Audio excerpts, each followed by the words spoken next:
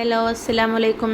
അപ്പോൾ ഞാനിന്ന് നമ്മളെ മക്കൾക്ക് ജീൻസ് പാൻറ്റിൽക്ക് ഇടാൻ പറ്റുന്ന ഒരു ടോപ്പിൻ്റെ കട്ടിങ്ങും സ്റ്റിച്ചിങ്ങുമായിട്ടാണ് വന്നിട്ടുള്ളത്. അപ്പോൾ ഞാൻ ആദ്യം വീഡിയോ എടുക്കേണ്ട ഓർമ്മയില്ലാതെ ഞാൻ ആദ്യം കട്ട് ചെയ്ത് വെച്ചിട്ടുണ്ടായിരുന്നു കേട്ടോ. അപ്പോൾ അതുകൊണ്ട് ഞാൻ പിന്നെ നിങ്ങൾക്ക് വേറൊരു ക്ലോത്തിലാണ് കട്ട് ചെയ്ത് കാണിച്ചു തരുന്നത്. അപ്പോൾ അതിന് ഞാൻ 4 ആക്കി മടക്കിയിട്ടിട്ടുള്ള ക്ലോത്ത് ലെങ്ത്ത് എടുക്കുന്നത് 18 ഇഞ്ചാണ് കേട്ടോ. ആകെ ലെങ്ത്ത് എടുക്കുന്നത് 18 ഇഞ്ചാണ്. പിന്നെ അതിൻ്റെ ഷോൾഡർ എടുക്കുന്നത് 3 ഇഞ്ചാണ് കേട്ടോ. 3 ഇഞ്ച് ഷോൾഡർ. പിന്നെ ആം ഹോൾ എടുക്കുന്നത് 2 ഇഞ്ചാണ്. പിന്നെ ചെസ്റ്റ് അളവ് എടുക്കുന്നത് 7 ഇഞ്ചാണ് കേട്ടോ. തയ്യൽ തുമ്പ് അടക്കം ചെസ്റ്റ് അളവ് എടുക്കുന്നത് 7 ഇഞ്ചാണ്. നമ്മുടെ തടിയുള്ള മക്കളാണെന്നുണ്ടെങ്കിൽ നമുക്ക് കൂട്ടി കൊടുക്കാം. മോള് അത്ര തന്നെ തടി ഇല്ലാത്തതുകൊണ്ടാണ് ഞാൻ ഇങ്ങനെ എടുക്കുന്നത്. പിന്നെ അടുത്തത് ഷെയ്പ്പ് അളവാണ്. അപ്പോൾ ഷെയ്പ്പ് അളവിൻ്റെ മുന്നേ നമുക്ക് ഷെയ്പ്പ് അളവുക്കുള്ള ലെങ്ത്ത് നോക്കണം. അപ്പോൾ ലെങ്ത്ത് 8 ഇഞ്ചും എടുത്തിട്ടുണ്ട്. പിന്നെ അതിൻ്റെ ഷെയ്പ്പ് അളവ് 6.5 ഇഞ്ചും എടുത്തിട്ടുണ്ട്. പിന്നെ താഴെ ഞാൻ അധികം എടുത്തെടുക്കുന്നില്ല. ഈ ചെസ്റ്റ് അളവ് നമ്മൾ 7 എടുത്തതിനേക്കാട്ടിലും 8 ഇഞ്ചാണ് ഞാൻ എടുത്തിട്ടുള്ളത്. താഴെ വെടുത്ത് 8 ഇഞ്ചാണ് എടുത്തിട്ടുള്ളത്. പിന്നെ ആ 8 ഇഞ്ചിലേക്ക് ആ മേലെ ഷെയ്പ്പ് അളവെന്ന് നമുക്ക് അങ്ങോട്ട് വരഞ്ഞു കൊടുക്കാം. പിന്നെ താഴെ ഞാനൊരു 3/4 ഇഞ്ച് മേലേക്ക് വരഞ്ഞിട്ട് ചെരിച്ച് വരഞ്ഞിട്ടുണ്ട്. അപ്പോഴാണ് നമുക്കൊരു ഷേപ്പിൽ കിടക്കാൻ വേണ്ടിയിട്ടാണ് കേട്ടോ, ഒരു വൃത്തിക്ക് കിടക്കാൻ വേണ്ടിയിട്ടാണ് അങ്ങനെ ചെരിച്ച് കൊടുത്തിട്ടുള്ളത്.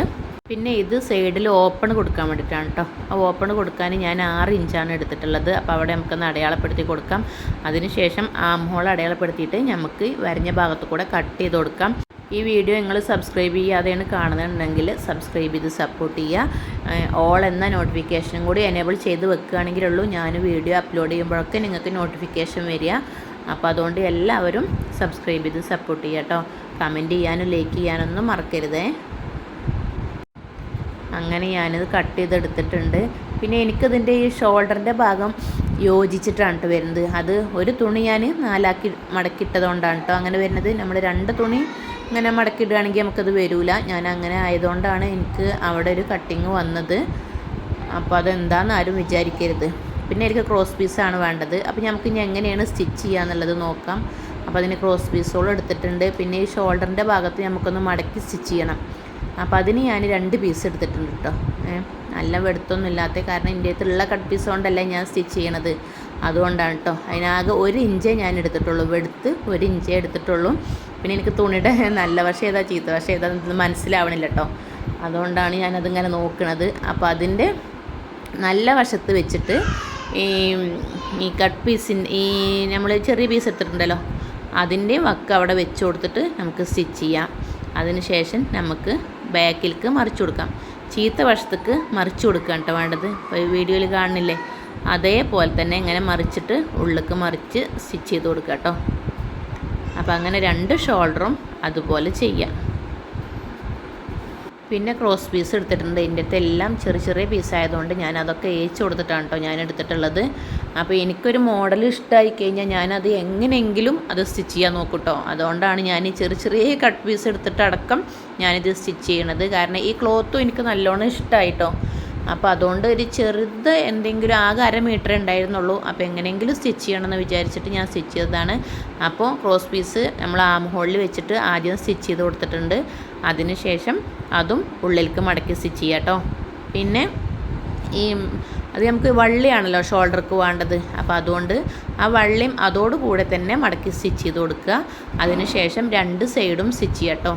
ഞാൻ 1 ഇഞ്ച് തയ്യൽ തുമ്പ് അടയാളപ്പെടുത്തിയിട്ടാണ് 2 സൈഡും സ്റ്റിച്ച് ചെയ്യണത്. പിന്നെ നമ്മളെ ഓപ്പണിൻ്റെ ഭാഗം 6 ഇഞ്ചാണ്. അത് അടയാളപ്പെടുത്തിയിട്ട് അവിടെ ചെറിയൊരു കട്ടിങ് ഇട്ട് കൊടുക്കാം കേട്ടോ. എന്നാലേ നമുക്ക് സ്റ്റിച്ച് ചെയ്യുമ്പോൾ അത് അവിടെ വരെ എത്തി നിൽക്കാൻ വേണ്ടിയിട്ടാണ്. നമ്മൾ മേലെ നിന്ന് സ്റ്റിച്ച് ചെയ്ത് വരുമ്പോൾ നമുക്ക് മനസ്സിലാവാൻ വേണ്ടിയിട്ടാണ് ചെറിയൊരു കട്ടിങ് കൊടുക്കുന്നത്. എന്നിട്ട് ആ താഴെ ഭാഗത്തേക്ക് ഞാൻ 1/2 ഇഞ്ചാണ് ഇട്ടാക്കുന്നത്. മേലെ 1 ഇഞ്ച് അടയാളപ്പെടുത്തിയിട്ട് താഴേക്ക് ഷെയ്പ്പ് അളവിൻ്റെ അവിടെ നിന്ന് മുതൽ ഞാൻ പിന്നെ താഴേക്ക് 1/2 ഇഞ്ചേ കൊടുക്കുന്നുള്ളൂ. കുറച്ച് വീതിയിൽ കിടന്നോട്ടെ വിചാരിച്ചിട്ട്. പിന്നെ 1/2 ഇഞ്ചിൽ നിന്ന് നേരെ മേലെ 1 ഇഞ്ചിലേക്ക് വരഞ്ഞു കൊടുക്കുകയാണ് ചെയ്യുന്നത്. അതുകൂടെയാണ് സ്റ്റിച്ച് ചെയ്യണത്. അപ്പോൾ അങ്ങനെ സ്റ്റിച്ച് ചെയ്തെടുക്കാം. അത് അങ്ങനെ ഞാൻ സ്റ്റിച്ച് ചെയ്തെടുത്തിട്ടുണ്ട് കേട്ടോ. ഇനി അതിന് ശേഷം നമുക്ക് സൈഡ് ഓപ്പണും മടക്കി സ്റ്റിച്ച് ചെയ്യണം. അതോടുകൂടി തന്നെ താഴെ അടിഭാഗവും മടക്കി സ്റ്റിച്ച് ചെയ്യണം. അപ്പോൾ അങ്ങനെ ഞാൻ അതും സ്റ്റിച്ച് ചെയ്തെടുത്തിട്ടുണ്ട്. അപ്പോൾ നമ്മൾ ഈ ഒരു ചെറിയൊരു ടോപ്പിൻ്റെ സ്റ്റിച്ചിങ് ഇവിടെ കഴിഞ്ഞിരിക്കുകയാണ്. നിങ്ങളുടെ അഭിപ്രായങ്ങൾ എന്താണെങ്കിലും കമൻറ്റ് ചെയ്യാൻ മറക്കരുത് കേട്ടോ. അപ്പോൾ ഇതുപോലെ എല്ലാവരും ട്രൈ ചെയ്യുക. നമ്മളുടെ മക്കൾക്ക് നമുക്ക് തന്നെ സ്റ്റിച്ച് ചെയ്തിട്ട് വെയർ ചെയ്യാൻ നോക്കുക. അപ്പോൾ നമുക്ക് അതിൻ്റെ ഒരു സുഖം വേറെയാണ് കേട്ടോ. അപ്പോൾ അത് എങ്ങനെയാണെന്നുള്ളത് എല്ലാവരും ഇതുപോലെയൊക്കെ കണ്ടിട്ട് സ്റ്റിച്ച് ചെയ്യാൻ നോക്കുക. ആരും മടിച്ചിരിക്കൊന്നും ചെയ്യരുത്. അപ്പോൾ ഇൻഷാ അല്ലാഹ് ഇനി പുതിയൊരു വീഡിയോ ആയിട്ട് വരാം കേട്ടോ. അസ്സലാമു അലൈക്കും.